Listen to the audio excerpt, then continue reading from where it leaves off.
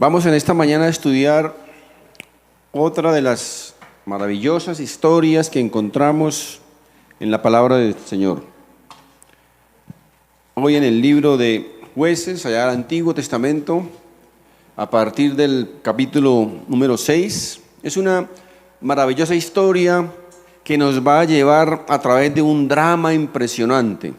Es todo una película, un bestseller. Nos narra un inicio, un problema, una resolución y una salida o un final feliz. Esta historia comienza con un pueblo o con una nación llamada Madián, o los madianitas. Ahora, la primera pregunta que nos puede surgir es: ¿quiénes eran los madianitas? ¿De dónde salieron los madianitas? Vamos a ver qué nos dice la Biblia de dónde eran los madianitas. En Génesis capítulo 25, en el verso 1 y 2 dice lo siguiente: Abraham tomó otra mujer. Cuando Sara, la esposa de Abraham, murió, dice que Abraham tomó otra mujer, cuyo nombre era Setura, la cual le dio a luz a Sinrán, Joksán, Medán, Madián, Isbag y Súa. Así que, mis hermanos, los madianitas venían de un hombre llamado Madián, que era hijo ¿de quién? De Abraham, ¿verdad? Por lo tanto, obviamente, hijos de Abraham. Recordemos que cuando Moisés huyó de la ira del faraón, viajó a un territorio llamado Madián, a los madianitas. Allí conoció a su esposa Séfora, con quien se casó, y sirvió a su suegro Jetro allí por 40 años. Así que esa familia era madianita. Ahora, el hecho de que Jetro era un sacerdote madianita, eso nos indica o nos enseña que los madianitas, al menos durante el tiempo de Moisés, todavía retenían el conocimiento del Dios de su padre Abraham. Ahora la pregunta es: ¿qué pasó con Madián? Si Madián era un hijo de Abraham, recuerden, el padre de la fe. Pues, mis hermanos, lo que le sucedió a Madián es lo mismo que le sucede a toda persona que comienza a alejarse de Dios. Si nos alejamos del Señor, si nos alejamos de Dios, mis hermanos, vamos a experimentar obviamente la desconexión con nuestro Padre Celestial. Y fue lo que le sucedió a este pueblo madianita, descendientes de Abraham. Tenemos todos muy claro que Dios prometió bendecir, Dios prometió proteger a los israelitas, a su pueblo, ¿verdad? Pero con una condición. ¿Cuál? Si le obedecían, si le seguían. Sin embargo, mis hermanos, en el Antiguo Testamento encontramos detalles desgarradores de lo que le ocurrió al pueblo de Israel en el momento en que decidió apartarse del Señor, en el momento en que decidió desobedecer al Señor. Dios nos da sus leyes, ¿para quién? Para nosotros, ¿verdad? Las leyes de Dios son para nuestro propio bien, no son para nuestro mal. Él nos creó para tener comunión con Él y para vivir una vida en rectitud. Así que cuando lo hacemos, cuando vivimos dentro de los límites saludables establecidos por Dios, pues, mis hermanos, vamos a estar protegidos en gran parte de las angustias desgarradoras que el enemigo quiere traer contra el pueblo de Dios. Por otra parte, mis hermanos, cuando una nación o cuando una persona se aleja de la comunión, de la relación con Dios, mis hermanos, y quiere convertirse en su propio Dios, entonces, ¿sabe qué pasa? Que Dios va a quitar su protección, Dios va a quitar su mano protectora y va a permitir que esa nación pues experimente lo que ellos quisieron ser o lo que han querido ser. Miren, si nosotros leemos en la carta de los Romanos, en el capítulo 1, la carta nos muestra la progresión de una persona o de una nación, lo que le va a ocurrir en el momento en que comienza a apartarse de Dios, en el momento en que desafía a Dios. Y allí precisamente en el capítulo 1, cuando el hombre quiso redefinir la moral. Y nos enseña en la Biblia, mis hermanos, que la homosexualidad, la lujuria desenfrenada y la idolatría, dice, son parte del juicio de Dios a una nación, a un pueblo que quiso alejarse de su comunión. Vemos en esta historia que durante el tiempo de los jueces, los madianitas, dice, subieron contra Israel y destruían y robaban toda la cosecha que el pueblo de Israel durante mucho tiempo, con mucho esfuerzo, habían sembrado para su sustento. Dice que los madianitas, recuerdan, en la época de la cosecha subían siempre contra Israel y arrasaban con todo lo que encontraron allí en aquella tierra de Israel. Durante 7 años, los madianitas, mis hermanos, empobrecieron a Israel a tal punto que el pueblo de Israel tuvo que suplicar a Dios, invocar a Dios para que los protegiera, para que le diera una salida a este enorme problema. Los madianitas eran como langostas. Siempre que había cosecha en Israel, llegaban los madianitas y se robaban toda la cosecha. No les dejaban absolutamente nada, ni para ellos, ni para sus bestias, ni para sus bueyes. Recogían absolutamente todo y dejaban, recuerden, en la miseria al pueblo de Israel. Ahora recordemos quién era el pueblo de Israel. El pueblo de Israel era el pueblo de Dios. Era la nación de Dios. Y si era el pueblo de Dios, entonces la pregunta es, ¿por qué Dios permitía eso? ¿Por qué Dios permitía que los madianitas, enemigos de los israelitas, llegaran y los saquearan y los dejaran en la ruina, mis hermanos? Pues una vez más, porque el pueblo de Dios había roto ese cerco protector de Dios. ¿Por causa de qué? Por causa de su pecado y de su desobediencia. Amigo, cuando el hombre se rebela contra Dios, cuando el hombre se aleja de Dios y desprecia las normas de Dios, cuando el hombre quiere vivir alejado de Dios, mis hermanos, estamos despreciando, ¿saben qué? La protección de Dios. Estamos haciendo a un lado el favor de Dios, la bendición de Dios. Cuando rechazamos su protección, ¿saben qué sucede, mis hermanos? Que llegan los madianitas a nuestra vida y nos la ponen o nos la hacen a cuadritos, como le pasó allí al pueblo de Israel. ¿Saben qué significa el nombre Madián? Significa pleitos, rencillas, peleas, guerras, conflictos. Eso significa el nombre madianita. Así que los madianitas eran aquellos que subían siempre a Israel en la época de la cosecha y acababan con todo lo que los israelitas habían cultivado para su supervivencia. Entonces, mis hermanos, resulta que el pueblo, recuerden, acudió a Dios y Dios levantó allí en Israel a un líder, a un hombre que les iba a dar libertad. Su nombre, Gedeón.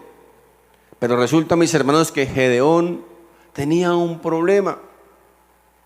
Gedeón tenía un problema psicológico, que era bajo de autoestima, o su estima era muy pobre.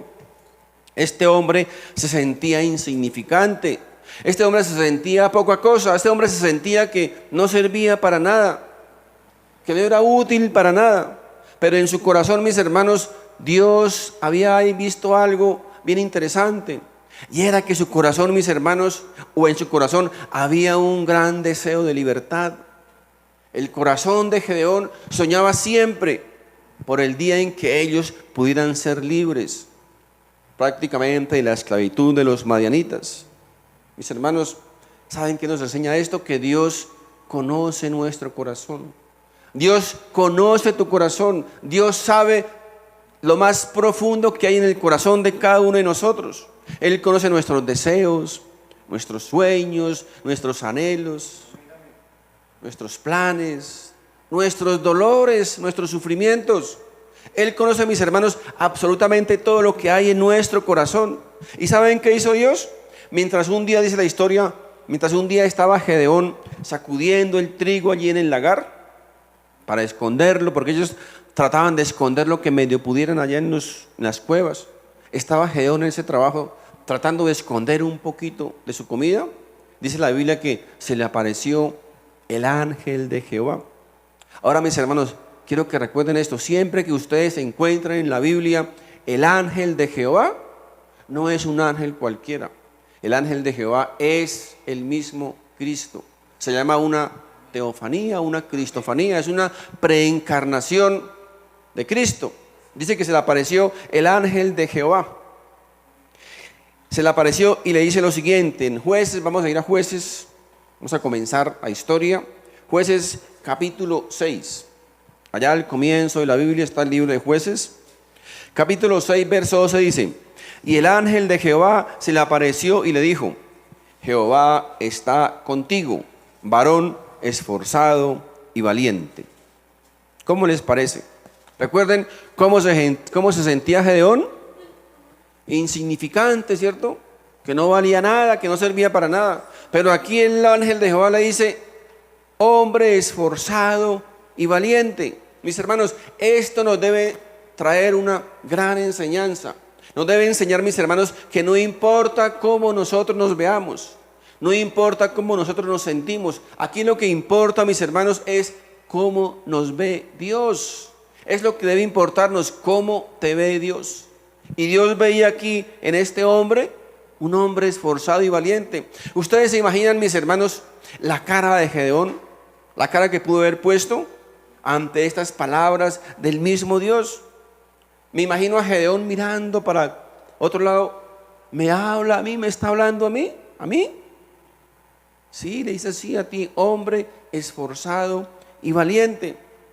Mis queridos hermanos, esto es muy revelador y muy interesante, porque muchas veces nosotros mismos, cada uno de nosotros, mis hermanos, aún no somos conscientes del potencial que Dios tal vez ha colocado en cada uno de nosotros, porque hemos permitido que los madianitas lleguen a nuestra vida y eclipsen u opaquen los talentos, las habilidades, los dones que Dios ha colocado en cada uno de nosotros.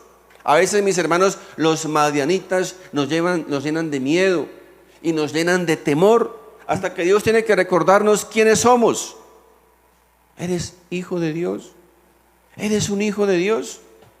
Así que debemos que levantarnos y seguir adelante, porque los madianitas, mis hermanos, los madianitas quieren arruinar nuestra vida, quieren hacernos la vida a cuadritos. Ahora, escuchen lo que Gedeón le responde al Señor.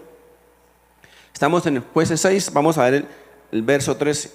Vamos a estar saltando algunos versículos porque la historia es muy larga. Si quieren leerla completa, les recomiendo Jueces 6 y Jueces 7. Está la historia de Gedeón. En el verso 13 dice, y Gedeón le respondió, Señor mío, si Jehová está con nosotros, entonces ¿por qué nos ha sobrevenido todo esto? ¿Y dónde están todas sus maravillas que nuestros padres nos han contado diciendo, no nos sacó Jehová de Egipto? Y ahora Jehová nos ha desamparado y nos ha entregado en mano de los madianitas. Pregunto, mis hermanos, ¿nos suena familiar estas palabras? ¿Han salido de nuestra boca alguna vez? Mis hermanos, ciertamente sí, ¿verdad? Ciertamente sí. Dios, ¿dónde está Dios? ¿Por qué tanto dolor? Dios, si tú estás conmigo, entonces ¿por qué tanto sufrimiento? Dios, si tú estás conmigo, entonces ¿por qué me está pasando esto que me está pasando? ¿Dónde está Dios? Si Dios está conmigo, entonces ¿por qué tanta escasez? ¿Por qué tantos problemas en mi vida? ¿Por qué tanto caos? Si Dios está conmigo, entonces ¿por qué esta enfermedad? Dios, ¿dónde estás? Miren el reclamo sincero del corazón de este hombre Gedeón. No nos sacó Jehová de Egipto y ahora Jehová nos ha desamparado y nos ha entregado en mano de los madianitas. Pregunto una vez más, ¿le hemos hecho, mis hermanos, este reclamo alguna vez a Dios? ¿Dónde está Dios? Si Dios fue capaz de abrir el mar rojo, ¿dónde está ese Dios poderoso? Capaz de derrumbar los muros de Jericó, ¿Dónde está ese Dios poderoso capaz de cerrar la boca de los leones para que no comieran a Daniel? Si Dios es tan poderoso, ¿dónde está ese Dios que fue capaz de librar a Sadrach, Mesach y Abednego del horno de Nabucodonosor? ¿Dónde está ese Dios? A veces dicen, no veo a ese Dios por ningún lado. ¿Dónde estuvo Dios en medio de la tragedia? ¿Dónde estaba Dios cuando sufrí esa pérdida? ¿Dónde estaba Dios cuando vino esa enfermedad a mi vida? ¿Dónde estaba Dios? Dios responde, le dice a Gedeón en el verso 14, dice, y mirándole Jehová le dijo, ve con esta tu fuerza y salvarás a Israel de la mano de los madianitas. Fíjense, dice, ¿no te envío yo acaso? ¿Qué dice aquí? ¿Quién lo está mandando? El ángel de Jehová, es decir, Dios mismo. Lo que le está diciendo es, deja de quejarte, Gedeón, deja de reclamar, ¿sabe qué? Y comienza a actuar, porque yo, Jehová, te estoy enviando. Mi amigo, Dios no ha cambiado. Dios sigue siendo el mismo por toda la eternidad. Así que si Dios no ha cambiado, el problema no es Dios. El problema debe ser el hombre, mis hermanos. ¿Cuál es nuestra queja o nuestro reclamo? Recuerden a Dios. ¿Dónde está Dios? ¿Por qué tanto sufrimiento? ¿Por qué tanto dolor? ¿Por qué tanto caos? Mis hermanos, Dios nos dice, yo permanezco aquí donde siempre he estado. La pregunta es, ¿dónde estás tú? ¿Dónde estás tú? Hay una canción por ahí que escuché donde dice, ¿dónde está aquel Dios de Elías? ¿Dónde está aquel Dios que hacía descender fuego del cielo? Y la respuesta, ¿saben cuál es? ¿Y dónde están aquellos Elías? ¿Dónde están aquellos Elías? ¿Dónde está Dios? ¿Dónde está aquel Dios? Recuerden que fue capaz de cerrar la boca de los leones para que no devoraran a Daniel. ¿Saben qué nos dice Dios? ¿Y dónde están aquellos Danieles? Fíjense, mis hermanos, el problema no es de Dios, el problema es de nosotros. Fíjense, Dios le dice a Gedeón, yo te envío, yo te envío. ¿Y qué responde Gedeón? El verso 15. Entonces le respondió, Señor mío, ¿con qué salvaré yo a Israel? He aquí que mi familia es pobre en Manasés y yo el menor en la casa de mi padre. ¿Se dan cuenta, mis hermanos? Aquí el problema de Gedeón. Señor, pero ¿por qué yo? ¿Por qué no puede mandar a otro? Yo no puedo. Yo no tengo con qué. Yo no sé mucho de Biblia. Yo no sé hablar bien. A mí me da pena. Yo no tengo tiempo. Fíjense el problema, mis hermanos, de este hombre. Tú sabes que soy pobre, soy el más chiquito de mi familia. Y además con esta depre, ¿cómo? Yo no puedo, Señor, no puedo. Mis hermanos, miren lo que Dios te responde. Verso 16. Jehová le dijo, ciertamente yo estaré contigo y derrotarás a los madianitas como a un solo hombre. Como quien dice, Gedeón, yo no le estoy preguntando eso.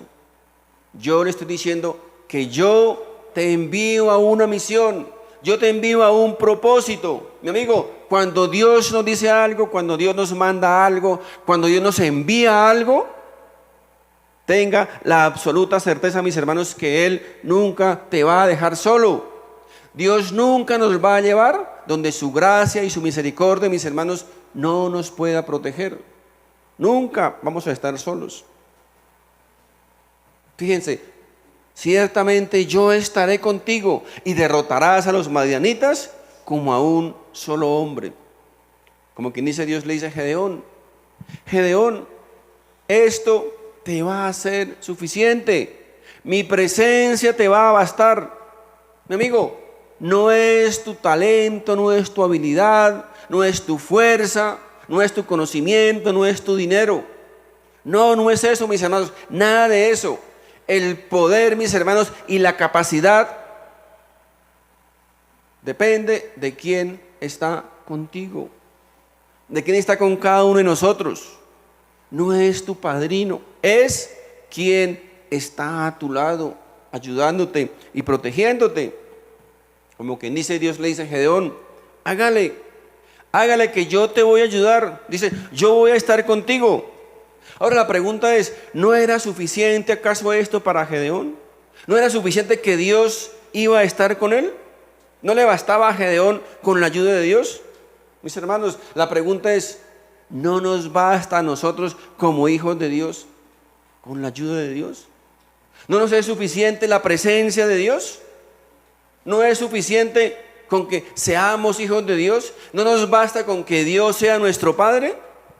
Sin embargo, mis hermanos, a Gedeón como que esto no le fue suficiente. Verso 17, y él respondió, yo te ruego que si he hallado gracia delante de ti. Ahí salió la religiosidad, ¿no? Yo te ruego que si he hallado gracia delante de ti, me des señal de que tú has hablado conmigo.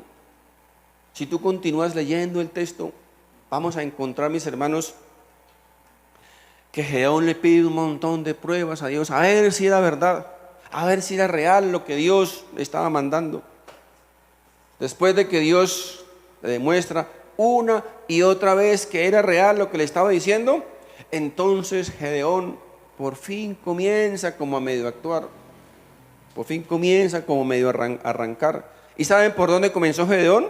Mis hermanos, Gedeón comenzó por donde debería haber comenzado, por colocar a Dios en primer lugar, por darle a Dios la importancia que Él merece. ¿Saben qué hizo Gedeón con algunos hombres que reunió? Verso 24. Dice, y edificó allí Gedeón altar a Jehová.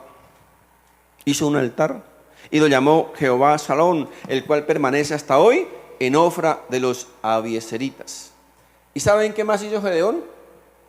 Que se reunió con esos hombres y por la noche, cuando ya el pueblo tal vez estaba durmiendo, estaba oscuro, que no se dieran cuenta, que nadie lo viera, Gedeón fue con unos hombres, mis hermanos, y despedazó y quemó la imagen de Acera que estaba allí en un lugar donde los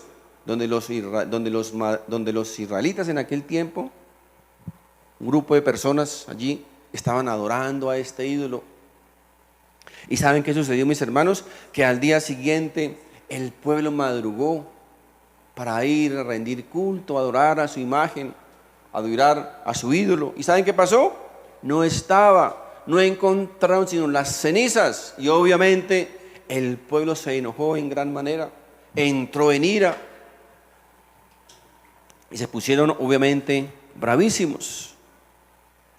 Así como cuando hoy en día se le tocan a alguien sus ídolos, ¿verdad? Se ponen furiosos, se ponen bravísimos. Pero vaya que alguien blasfeme contra Dios, vaya que alguien profane el nombre de Dios, y verá que no decimos nada, nos quedamos callados. A veces hasta nos reímos de los chistes tontos que hacen contra Dios, pero vaya, tóqueles sus imágenes, sus estatuas, y verá cómo se ponen, mis hermanos. Ahí sí, cuando ofenden a Dios, entonces ahí sí no decimos ni pío. Ahora, ¿quién derribó nuestra imagen? Decían los idólatras. ¿Quién fue capaz de quemar nuestra imagen? ¿Quién se atrevió a destruir nuestro ídolo? ¿Quién fue? Gritaba el pueblo al unísono. Pero ¿saben qué? No faltó por ahí el zapirín que dijo, yo sé quién fue. Tuvo que haber sido Gedeón porque él es el único cristiano. Eso fue Gedeón. ¿Y saben qué hizo el pueblo? Fueron hasta la casa de Gedeón para ubicarla a Gedeón. Y miren lo que querían hacerle. En el verso 30 dice, le dijeron al padre de Gedeón, saca a tu hijo para que muera, porque ha derribado el altar de Baal y ha cortado la imagen de Acera que estaba junto a él. ¿Se dan cuenta, mis hermanos? ¿Hasta dónde es capaz de llegar la idolatría? ¿Hasta dónde es capaz de llegar la insensatez de la gente? Estaban dispuestos a quitarle la vida a un hombre porque había destruido, porque había quemado su estatua. ¡Qué tremendo! Miren lo que le respondió el padre de Gedeón a ese pueblo. En el verso 31 dicen: y Joás respondió a todos los que estaban junto a él: ¿contenderéis vosotros por Baal? ¿Defenderéis su causa? Cualquiera que contienda por él, que muera esta mañana. Si es un Dios, contienda por sí mismo con el que derribó su altar. ¿Saben qué les dijo? Ustedes quieren matar a mi hijo porque él fue y les tumbó su estatua y la quemó. Ahora, les dijo, si ese pedazo de palo es Dios, si ese pedazo de palo tiene poder, pues dejen que él mismo se defienda. Dejen que esa estatua o ese ídolo, que él se vengue de lo que le hicieron. ¿Por qué tienen ustedes que defenderlo? ¿No acaso no es su Dios? ¿Acaso no tiene poder? Pues dejen que ese Dios venga y mate a mi hijo. Qué buena respuesta, ¿verdad? Del padre de Gedeón. Y gracias a Dios, mis hermanos, el pueblo como que usó su cerebro, ¿verdad? Y despertó. Fue la decisión más sabia. Y el asunto terminó ahí. Mi amigo, cuando nosotros comenzamos a derribar los Baales en nuestra vida, cuando comenzamos a darle a Dios el primer lugar, cuando le damos a Dios el lugar que se merece, mis hermanos, entonces ahí es cuando comenzamos a tener las mayores victorias en nuestra vida. Cuando comenzamos a destruir los Baales en nuestra vida, cuando comenzamos a destruir todo aquello, mis hermanos, que está robando el tiempo para tener comunión con Dios. Todas esas cosas, mis hermanos, son Baales en nuestra vida. Todas aquellas cosas que están impidiendo que nosotros podamos servirle a Dios de todo corazón, son los Baales en nuestra vida. La pregunta es, mi amigo, ¿cuál es tu Baal? ¿Qué está impidiendo que venga a la iglesia, por ejemplo? ¿Qué está impidiendo que te levantes temprano a tener comunión con Dios? ¿Qué está impidiendo que podamos leer la Biblia? ¿Qué está impidiendo que nosotros podamos estudiar la Biblia? ¿Qué está impidiendo que lleguemos tarde a la iglesia? Mis hermanos, esos son Baales en nuestra vida. Cuando logramos derribar todo eso, entonces, mis hermanos, comienzan nuestras primeras o nuestras más grandes victorias contra los madianitas. ¿Recuerdan quiénes eran los madianitas? Todos aquellos o todo aquello que quiere robar o dañar o destruir nuestras bendiciones en nuestra vida. Así que Gedeón entonces comienza a tocar trompeta y convoca a todo el pueblo para formar un gran ejército e ir y enfrentar a los madianitas para que dejaran de arruinarlos. ¿Y saben cuántos hombres pudo reunir Gedeón? Pudo reunir un ejército de 32,000 soldados. 32,000 hombres. Era un gran ejército, ¿verdad? Ahora la pregunta es, ¿cuántos creen ustedes que era el ejército de los madianitas? 135,000 soldados. La pregunta es, ¿qué pueden hacer 35,000 hombres contra 135,000 soldados entrenados para la guerra? Ahí sí, como dice el adagio, esto era pelea de tigre con burro amarrado, ¿verdad? No había nada que hacer, mis hermanos. Pero ¿saben qué es lo más sorprendente de todo esto? Que cuando Dios mira esos 32,000 soldados, miren lo que le dice a Gedeón.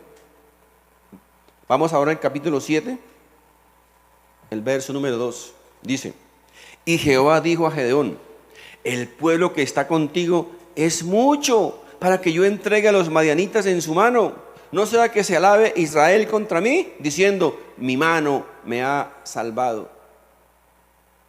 ¿Se dan cuenta, mis hermanos, lo que está aquí diciendo Dios? Este ejército de 32,000 hombres todavía son muchos hombres, y ellos se pueden robar el crédito de esa victoria.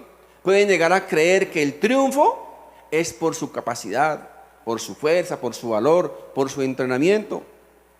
Mis hermanos, ¿saben qué quería Dios allí? Dios quería, mis hermanos, que las probabilidades del ejército de Gedeón para vencer a los madianitas fueran 100% en su contra. 100% en su contra. ¿Para qué? Para que se viera claramente que la victoria no iba a ser de ellos, sino la victoria iba a ser de Dios. Mis hermanos, si en verdad creemos la palabra de Dios que dice en Zacarías, no con ejército ni con fuerza, sino con mi espíritu, ha dicho Jehová de los ejércitos, Zacarías 4:6. Entonces, mis hermanos, si creemos esta palabra, entonces, mis hermanos, nuestra insignificancia no debe importar. Si creemos, mis hermanos, la palabra que dice en Salmos 27, estos confían en carros y aquellos en caballos, mas nosotros del nombre de Jehová nuestro Dios tendremos memoria. Si creemos en esta palabra, mis hermanos, nuestras insignificancias no van a importar en la vida. Así que el Señor le dice a Gedeón, Gedeón, su ejército es muy grande para mis propósitos. 32,000 hombres. ¿Ustedes se imaginan la cara de Gedeón? Señor, ¿acaso no ves que ellos son 135,000? Nosotros somos solamente 32,000. ¿Qué te pasa, Señor? ¿Qué te pasa? ¿Estás loco? Somos gran minoría y aún así tú dices que son muchos. ¿Saben qué dice el Señor? Miren, entre esos 32,000 hombres que tú tienes, hay muchos que no tienen fe en mí. Hay muchos que no creen en mí. Hay muchos que solamente confían en sus propias fuerzas y en su propio poder. Y yo quiero que ustedes entiendan muy bien que esta victoria la voy a dar yo. Que esta guerra la voy a pelear yo. No va a ser por su fuerza, no va a ser por su poder, no va a ser por su cantidad, no va a ser por sus soldados, sino es por mi poder. Yo les voy a dar esta victoria. Así que le dice el Señor, llama a esos 32,000 hombres. Y miren lo que pasa aquí. En el verso 3 dice, ahora pues, haz pregonar en oídos del pueblo diciendo, o sea, en oídos del ejército, diciendo, quien tema y se estremezca, madrugue y devuélvase desde el monte de Galaad. Y se devolvieron de los del pueblo, ¿cuántos? 22,000. Habían 22,000 miedosos, asustados, temerosos. De 32,000, solamente le quedaron ¿cuántos? 10,000. Mis hermanos, sucede que rara vez pensamos que la grandeza es o puede ser un estorbo para la obra de Dios. Rara vez pensamos eso, ya que es más difícil, mis hermanos, es mucho más difícil confiar verdaderamente en Dios cuando tenemos muchos recursos maravillosos en nuestras manos, porque es más difícil ser grande o sentirnos grandes y confiar plenamente en el Señor.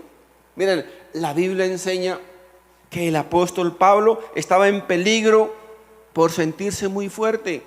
El apóstol Pablo se sentía muy fuerte espiritualmente, intelectualmente. ¿Saben qué tuvo que hacer Dios? Dios, mis hermanos, tuvo que traerle una debilidad en la vida del apóstol Pablo para que él pudiera descansar, mis hermanos, solamente en la fuerza del Señor y llegar a ser más fuerte que nunca.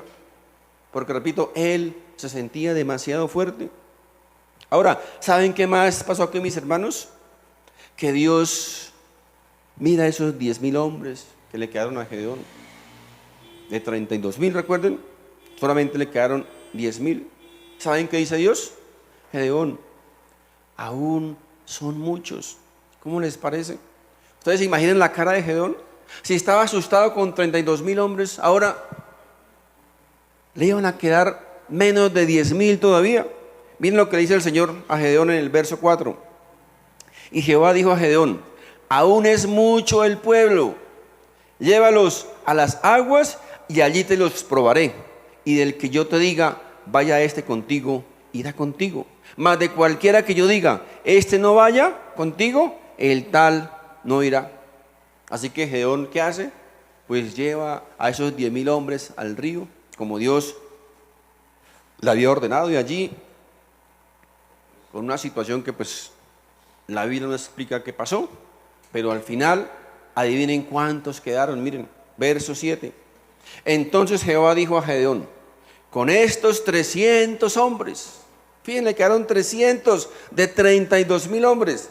Con estos 300 hombres que lamieron el agua, os salvaré, y entregaré a los madianitas en tus manos. Y váyase toda la demás gente, cada uno a su lugar. Como quien dice, los demás no me sirven para nada. Solo voy a usar a estos 300 hombres. Ahora, la pregunta es, ¿qué podría hacer Gedeón con 300 hombres para enfrentar a 135.000 soldados armados, equipados y entrenados? ¿Qué podría hacer? Nada. Nada. Mis hermanos, ¿cuál es la enseñanza aquí? Que las victorias de nuestra vida, mi amigo, la victoria de tu vida nunca es por tus capacidades. Las victorias de nuestra vida nunca son por nuestras capacidades. No vencemos a los madianitas, no vencemos nuestros pecados, no vencemos nuestras debilidades con nuestras propias fuerzas. Los podemos vencer, mis hermanos, los logramos vencer, ¿sabe qué? Con el poder de Dios.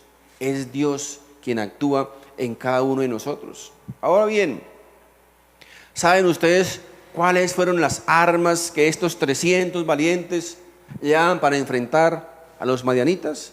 Llevaban solo 4 armas: una antorcha, un cántaro o vasija de barro, una trompeta y mucha fe. Esas eran las 4 armas que estos 300 hombres llevaban para enfrentar a 135.000 soldados enemigos. Resulta, mis hermanos, que la historia nos dice que una noche Gedeón se fue con su criado. Quería ir a observar, a hacer inteligencia a los madianitas. Y una noche llegó con su criado allí, al lugar donde los madianitas estaban reunidos, cerca al pueblo de Israel. Y cuando Gedeón llegó en la noche con su criado, lo primero que escuchó fue que 2 soldados madianitas estaban hablando. Uno le estaba diciendo: anoche yo tuve un sueño bien extraño, un sueño que me preocupa mucho. Y cuando el soldado terminó de contar el cuento, el otro le respondió: yo ya sé qué es. Eso es la espada de Gedeón que viene contra nosotros. Y Gedeón estaba escuchando esas palabras. ¿Y saben qué pasó? Que Gedeón por fin pudo entender perfectamente que esto no era otra cosa que la ratificación o la confirmación de que Dios estaba con él, de que Dios le iba a dar la victoria. Así que Gedeón reunió a sus 300 y los dividió en 3 grupos de a 100. 3 escuadrones de a 100 hombres cada uno. Y ahora quiero, mis hermanos, que leamos directamente del libreto del autor de esta hermosa película lo que pasó. Vamos a ir al verso 17 en adelante. Miren lo que pasó. Y les dijo Gedeón a su ejército, a sus 300 hombres, dijo: miradme a mí y haced como hago yo. He aquí que cuando yo llegue al extremo del campamento, haréis vosotros como hago yo. Yo tocaré la trompeta y todos los que estarán conmigo, y vosotros tocaréis entonces las trompetas alrededor de todo el campamento y diréis: por Jehová y por Gedeón. Llegaron pues Gedeón y los 100 hombres que llevaba consigo al extremo del campamento al principio de la guardia de la medianoche, cuando acababan de renovar los centinelas, y tocaron las trompetas y quebraron los cántaros que llevaban en sus manos. Y los 3 escuadrones tocaron las trompetas y, quebrando los cántaros, tomaron en la mano izquierda las teas y en la derecha las trompetas con que tocaban, y gritaron: por la espada de Jehová y de Gedeón. Y se estuvieron firmes cada uno en su puesto, ahí quieticos sin moverse, en derredor del campamento. Entonces todo el ejército echó a correr dando gritos, los madianitas, ¿no? Y huyendo. Y los 300 tocaban las trompetas, y Jehová puso la espada de cada uno contra su compañero en todo el campamento. Amén. ¿Cómo les parece, mis hermanos? ¿Se dan cuenta? Los madianitas se mataron entre sí. 135,000 soldados enemigos de Israel, madianitas, en un momentico dejaron de existir para el pueblo de Israel. Dejaron de existir. Mis hermanos, la pregunta es, ¿podrían llevarse algún mérito los 300? ¿Cuál mérito? ¿Qué hicieron? Lo único que hicieron, todo lo que tuvieron que hacer, ¿sabe qué? Fue tener fe y confianza en el Señor. Fue todo lo que tuvieron que hacer. Mi amigo, todo lo que tú tienes que hacer para recibir el favor de Dios, ¿saben qué es? Es tener fe y confianza en la gracia y la misericordia del Señor. Porque no hay, mis hermanos, no hay ningún gigante que no puedas derribar si Dios está contigo. No hay ningún pecado que no puedas dejar si Dios está contigo. No hay ningún vicio que no puedas dejar si Dios está contigo. Porque, mis hermanos, recuerden, no se trata de nuestra fuerza. No es tu fuerza, no es tu capacidad, no es tu intelecto, no es tu dinero, no es tu poder, no es tu posición social, no es tu estrato social. Nada de eso es, mis hermanos. ¿Saben qué es? Es el poder de Dios. No son nuestras fuerzas, es el poder de Dios, mis hermanos. Recuerda, lo único que necesitas, todo lo único que tienes que hacer es tener fe y confianza en la gracia y la misericordia de nuestro gran Dios y Salvador, Jesucristo. Amén. Mis hermanos, Dios les bendiga. Quiero invitarles para que nos pongamos de pie, vamos a orar.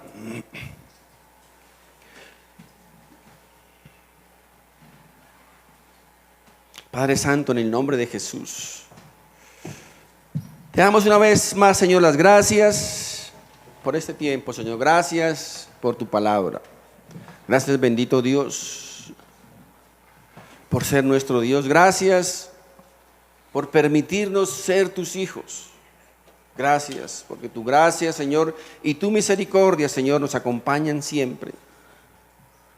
Gracias, bendito Dios, porque hoy tú nos has enseñado, hoy tu Padre Santo has querido traer a nuestra vida, Señor, que las grandes batallas, que las grandes luchas, que las grandes guerras en nuestra vida no se libran con nuestras fuerzas, no se libran con nuestro esfuerzo, ni con nuestras capacidades, sino que las grandes victorias en nuestra vida, Señor, tú las ganas, tú las haces, tú las guerreas para cada uno de nosotros. Es tu poder, Señor, es tu fuerza, es tu presencia en nuestras vidas, Señor. Padre Santo, ayúdanos a entender esta tremenda verdad, que tu presencia, que tu comunión, que nuestra relación contigo, Señor, es la que nos puede dar las mejores victorias en nuestra vida. Gracias, Señor Jesús, por tu palabra, Señor. Gracias, Señor, porque tu palabra es verdad, Señor. Gracias, Señor, porque tu palabra es ese alimento, Señor, que nos fortalece espiritualmente. Gracias, Señor Jesús, porque aunque tú has partido, Señor, para el cielo, no nos has dejado solos, sino nos has dejado tu palabra. Tu palabra. Gracias por ella, Señor. Gracias, bendito Dios, porque cuando tenemos necesidad, Señor, de escuchar una respuesta de aliento, una palabra de aliento para nuestra vida, podemos acudir, Señor, a tu palabra y escuchar tu voz aquí a través de este libro bendito. Gracias, Señor Jesús. Bendito Dios, a ti, Señor, sea toda nuestra honra, toda nuestra gloria por los siglos de los siglos. Amén y amén. Si este mensaje ha sido de bendición para tu vida, te invito para que te suscribas a este canal, compartas este video con tus familiares y amigos y así juntos podamos llevar la palabra de Dios. Si vives en Bogotá, te invito a nuestras reuniones presenciales todos los domingos a las 11 de la mañana en la dirección que aparece en pantalla. Dios te bendiga.